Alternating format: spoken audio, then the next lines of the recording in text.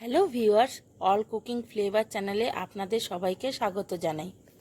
আজকের রেসিপি ইঁচড় চিংড়ি। এখানে আমি ইঁচড় আর আলুগুলোকে কেটে নিয়েছি, চিংড়ি মাছটাকে ভালো করে ধুয়ে নিয়েছি। কেটে রাখা ইঁচড়গুলি সেদ্ধ করে নেওয়ার জন্য আমি এখানে 2 গ্লাস জল গরম করে নেব।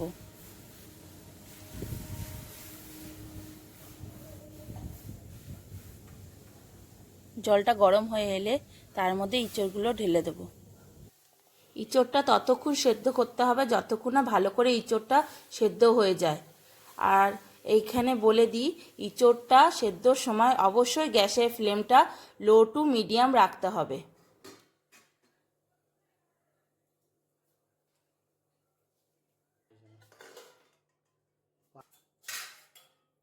ইঁচড়টা সেদ্ধ হয়ে গেছে, এবার আমি একটি আলাদা পাত্রে ইঁচড়টাকে তুলে নেব।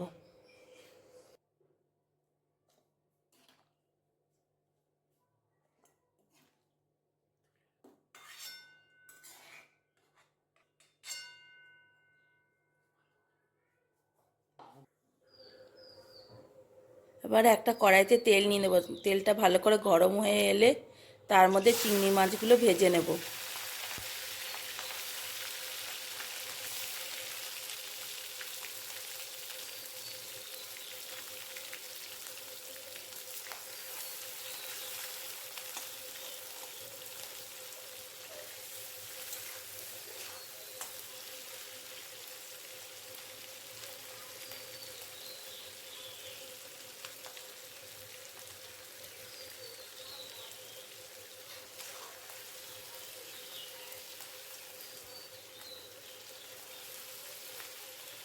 ভালো করে ভাজা হয়ে গেলে চিংড়ি মাছগুলো, এগুলোকে আমি সরিয়ে রাখবো।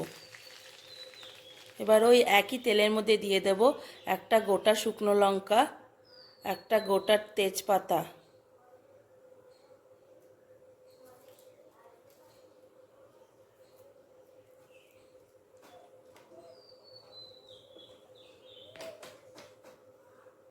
আর এর মধ্যে দিয়ে দেব সামান্য জিরে।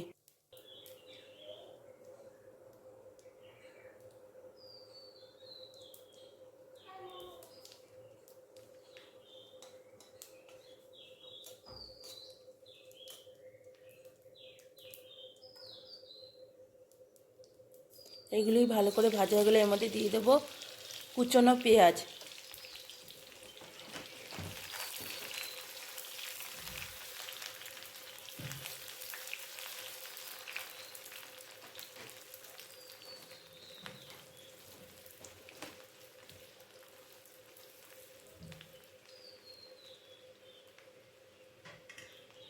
পেঁয়াজটা হালকা ভাজা হয়ে গেলে এর মধ্যে দিয়ে দেব গ্রেট করা আদা,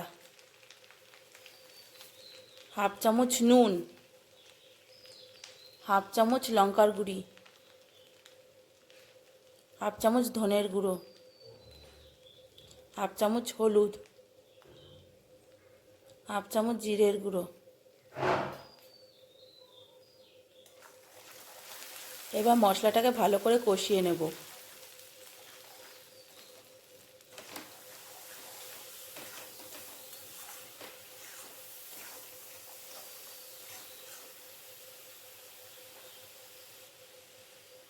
মশলাটা ভালো করে কষে এসে এর মধ্যে দিয়ে দেব চিংড়ি মাছ।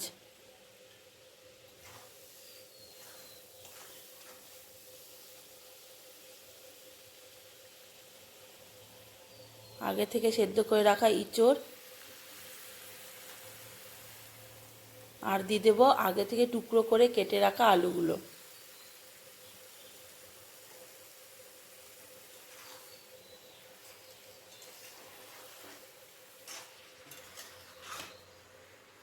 এবার আমি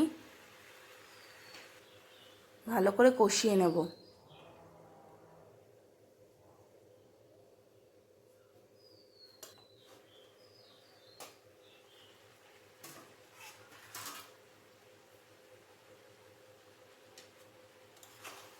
10 থেকে 15 মিনিট গ্যাসের ফ্লেমটা হালকা করে ভালো করে কষিয়ে নিতে হবে।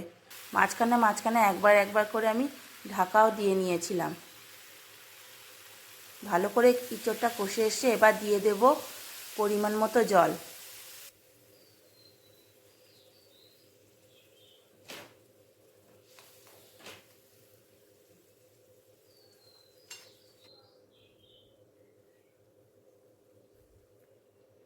ঝোলটা হালকা ফুটে এলে এবার আমি গ্যাসের ফ্লেমটা আবার হালকা করে দিয়ে কড়াইটা ঢেকে রাখবো।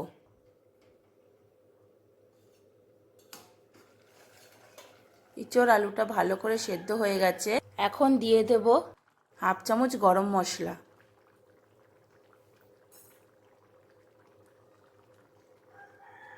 দুটো চেরা কাঁচা লঙ্কা,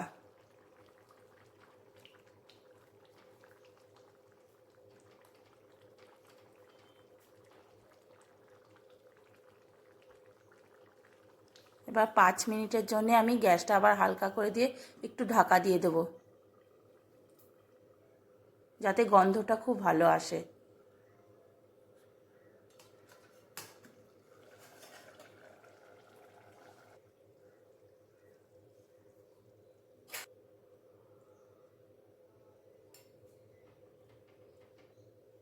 এবার আমার ইঁচড় চিংড়িটা রান্না হয়ে গেছে। এবার গ্যাসটা আমি বন্ধ করে দেবো।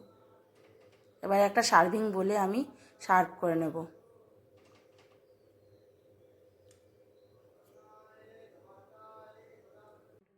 দেখুন কত সুন্দর হয়েছে এই ইঁচড় চিংড়ি রান্নাটা।